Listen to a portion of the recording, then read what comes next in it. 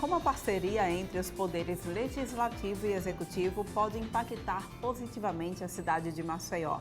A gente está recebendo aqui no estúdio hoje o líder do governo na Câmara, Ciderlane Mendonça, ele que é vereador, e vai conversar com a gente a respeito dessa parceria e a respeito de outras coisas também aqui na nossa cidade. Muito bom dia para você, Ciderlane, seja bem-vinda aqui ao TV Mar News.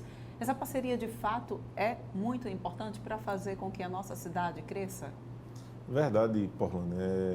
É importante essa questão da parceria entre os poderes, claro que são independentes entre si, porém o Executivo hoje precisa muito do Legislativo, principalmente na Câmara, e a gente tem um papel importante nessa articulação entre os poderes, deixar mais próximo o prefeito JHC da Câmara de Vereadores hoje, presidida pelo vereador Galba Novaes. Então, a gente tem esse papel de interlocutor, de tentar facilitar com que os projetos do próprio gestor sejam aprovados com maior facilidade dentro da Câmara de Vereadores de Maceió. É claro que o prefeito JHC tem sido muito acessível, os vereadores têm buscado sempre a prefeitura e têm tido seus problemas resolvidos. E você, como líder do governo, está otimista para os próximos anos? Quais são os projetos que você acha que vai poder se tornar realidade? Acho que Maceió precisa urgentemente discutir a questão da reforma administrativa. Estamos passando por um processo de pandemia. E nesse processo de pandemia se faz necessário algumas situações que a Prefeitura de Maceió mesmo tem tido a iniciativa.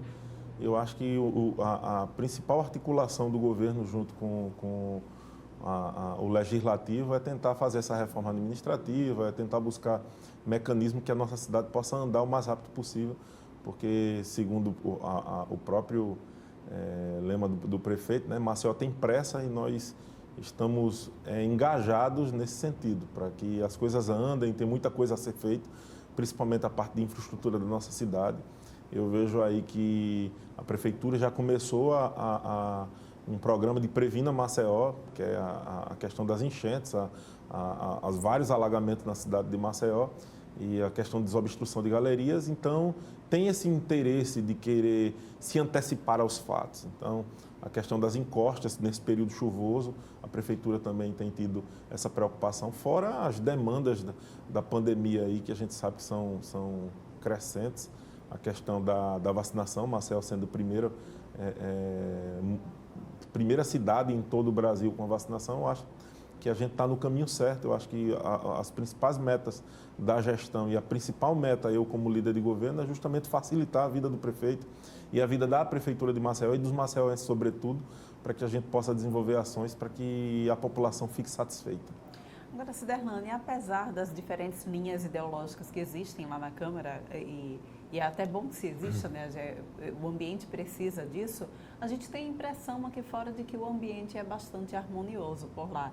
É só impressão ou, de fato, isso de fato perdura, né? Essa harmonia perdura por lá, ou há ainda uma certa intolerância entre os edis? Não, na verdade a gente tem discutido políticas, há divergência entre os vereadores, isso é natural em qualquer legislatura, porém não tem nenhum impedimento, nós respeitamos a posição do outro. É claro que tem projetos que a gente entende que não devem serem aprovados e eu, como líder do governo, faço a orientação para que a bancada não aprove, mas nada que venha a haver um conflito constante dentro da casa. É claro que cada um pensa diferente, mas a gente respeita sim. Então, acho que o principal desenvolvimento das ações dentro da Câmara que a gente tem que visar é o maceióense. Se o projeto, seja ele do vereador, quem seja ele, mas a gente tem que entender que se é bom para o maceióense, a gente tem que torná-lo viável e aprovar de qualquer forma. Mas a gente tem sim as discussões, isso é natural dentro da casa. A gente já consegue, inclusive, perceber algumas mudanças, né, sensíveis na nossa cidade. Um exemplo disso, por exemplo, é a própria redução da passagem aqui na nossa capital, né? Todo mundo conseguiu sentir isso, principalmente quem mais depende de transporte público. Essas mudanças se devem exatamente sobre esse equilíbrio, por conta desse equilíbrio que está tendo lá? Não, eu acho que muito da iniciativa da gestão. O prefeito JHC foi muito inteligente ao ponto de negociar com as empresas a questão da redução da passagem. A Câmara não teve um papel importante nessa redução. Então, o prefeito JHC teve, junto com o seu secretariado, a inteligência de articular, de buscar a redução da passagem, além da redução da passagem, o passe livre para os estudantes. E hoje, o prefeito está lá na SMTT, está indo para a SMTT justamente discutir a questão de um aplicativo via WhatsApp, que são mensagens automáticas. Estive conversando ontem com o superintendente e delegado André, e esse aplicativo do WhatsApp facilitará, né, essa questão de comunicação entre os usuários do transporte, as pessoas que estão com dificuldades de informação com a SMTT, poderá encaminhar o WhatsApp para a SMTT e colherá suas informações. Isso já existe uma parceria, não existe na rede pública, é a primeira plataforma que será aplicada será na cidade de Maceió. Eu acho que será um ganho imenso para o maceióense. Eu acho que isso vai trazer desenvolvimento. Teve muito avanço, só que a gente precisa avançar muito na questão do transporte. Não adianta só a questão do passe livre para os estudantes, não adianta apenas a redução, nós precisamos melhorar a qualidade do transporte público em nossa cidade. Nós percebemos que os ônibus estão aí sucateados e precisa urgentemente melhorar o ambiente dos terminais, melhorar os pontos de ônibus, os abrigos, para que as pessoas possam ter uma qualidade melhor, os usuários no transporte, principalmente o ônibus na cidade de Maceió precisa ter uma nova repaginação, né? Ele ser repaginado precisa ter um transporte de qualidade. A gente já aproveita que está falando sobre a questão de transporte público, vamos falar sobre locomoção. Ecovia Norte, sai ou não sai?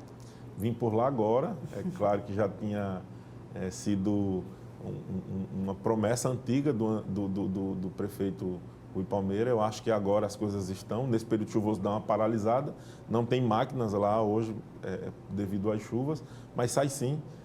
Eu acho que todo esse engajamento da Secretaria de Infraestrutura e do próprio prefeito é para entregar o mais rápido possível.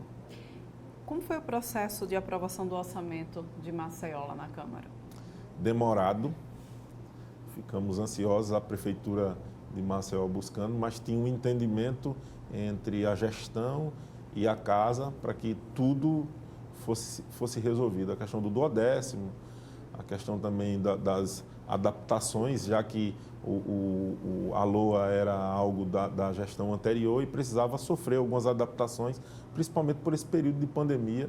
E aí foi aprovado em sua maioria e, graças a Deus, o maceióense pode contar com um orçamento completo da sua cidade. Já dentro da nossa realidade também, né? Com certeza. E agora me explica uma coisa, Sterlane, existem alguns problemas crônicos aqui na nossa capital, como, por exemplo, a questão da limpeza urbana. Como que a gente vai, de fato, conseguir resolver esses problemas?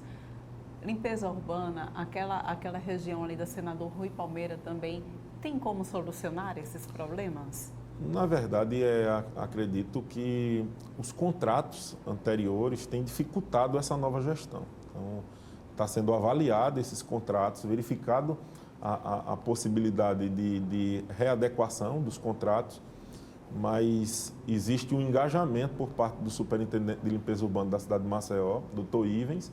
A gente tem constantemente conversado sobre isso.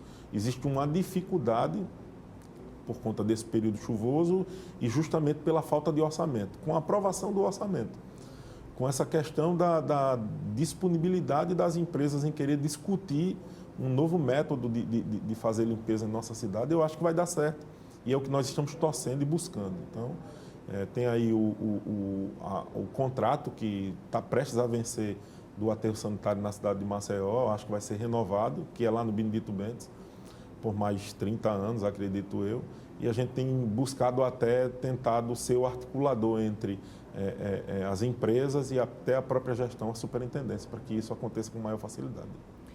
Ciclovias aqui na nossa capital, como está o andamento? A gente tem, de repente, aí, vislumbra a ampliação de projetos com ciclovia aqui na nossa capital? Um dos avanços é justamente essa construção da ciclovia ali em toda Fernandes Lima, né? Acho que Maceió é uma das capitais que não tem ciclovias para acomodar as pessoas. As vias não possuem essa acessibilidade aos ciclistas e, principalmente, eu acho que esse pontapé inicial deu com essa obra iniciada lá na Avenida Fernandes Lima. Mas precisa muito, principalmente, por exemplo, você vai na região do Benedito Bentes, fizeram uma ciclovia compartilhada, que é na calçada, que não funcionou. Os ciclistas que saem para o seu trabalho toda a manhã, pelas as manhãs na região do Benedito Bentes, precisam disputar com os veículos e isso é ruim. Você vê aquela ciclovia da Via Expressa, nunca foi finalizada e a gente tem que melhorar sim a acessibilidade, principalmente para essas pessoas que trabalham e utilizam a bicicleta como meio de transporte. Você, como representante, como líder ali daquela região do Benedito Bentes, queria que você pudesse falar sobre o crescimento daquela região, que a gente vê que é um crescimento muito grande, mas esse crescimento tem sido ordenado? Como tem sido tratado os problemas crônicos também lá da região do Benedito Bentes? O Benedito Bentes hoje é um mundo, né? É um bairro-cidade. Hoje nós temos, em média, 220 mil habitantes. Chegaram agora novos moradores com a vinda dos residenciais Vale Bentes 1 e 2, agora o Oiticica. Cresce em sua população, porém os equipamentos públicos não estão chegando na mesma velocidade. O transporte lá é caótico, um sistema antigo, sistema de transporte antigo. A gente não tem escolas suficientes para as crianças, tanto do ensino fundamental 1 como do ensino fundamental 2. A quantidade de creches também é insuficiente. As unidades de saúde não chegam no Benedito Bentes e a gente tem essa dificuldade. E uma das coisas que nós estamos buscando, e já até na entrega das chaves do Vale Bentes 2, citamos isso ao próprio prefeito, que os equipamentos públicos precisam chegar no Benedito Bentes na mesma velocidade que estão chegando as residências. Então, está aí, precisa chegar novas residências no Benedito Bentes, porém os equipamentos públicos não. Então, tem dificultado a vida dos moradores da região. Pois é, né? O espraiamento da cidade, a gente vem acompanhando a expansão mobiliária, a cidade tem crescido muito de forma espraiada, precisa de fato que o aparelhamento público esteja também ligado a toda a população, né? Ciderlane, eu gostaria de agradecer a tua participação aqui no TV Mar News. Muito obrigada, a gente volta a se encontrar em outra oportunidade, tá bom? Eu te agradeço, Porlane, parabenizo pelo programa, estamos aqui à disposição sempre. E dizer a todos os maceioenses que o empenho da casa, que é a Casa do Povo, a Câmara de Vereadores de Maceió e da própria gestão JHC é em prol de Maceió melhor e que a gente tem buscado isso sempre. Obrigado. Muito obrigada. A gente volta a se encontrar em outra oportunidade.